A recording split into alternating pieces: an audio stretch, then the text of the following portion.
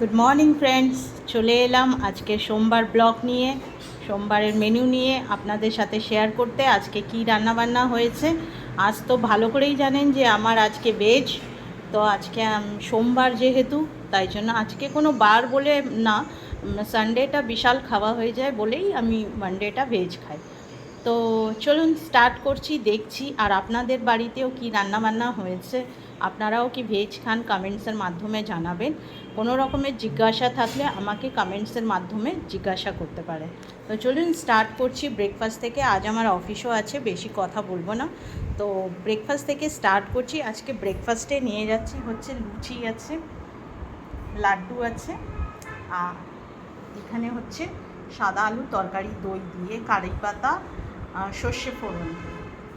দেখতে পাচ্ছেন, এই হচ্ছে আমার আজকে ব্রেকফাস্ট।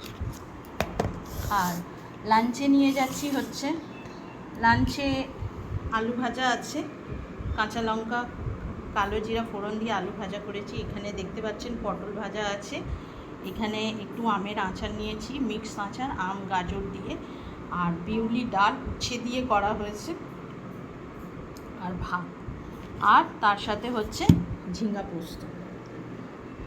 এই হচ্ছে আমার দিনের রান্না, সেম রান্নাই আমার রাতেও আছে। তো এই হচ্ছে আমার আজকের মেনু। আপনাদের কি মেনু হয়েছে কমেন্টসের মাধ্যমে জানাবেন। ভালো থাকবেন ফ্রেন্ড, সুস্থ থাকবেন, সাবধানে থাকবেন। Tata, bye bye, see you.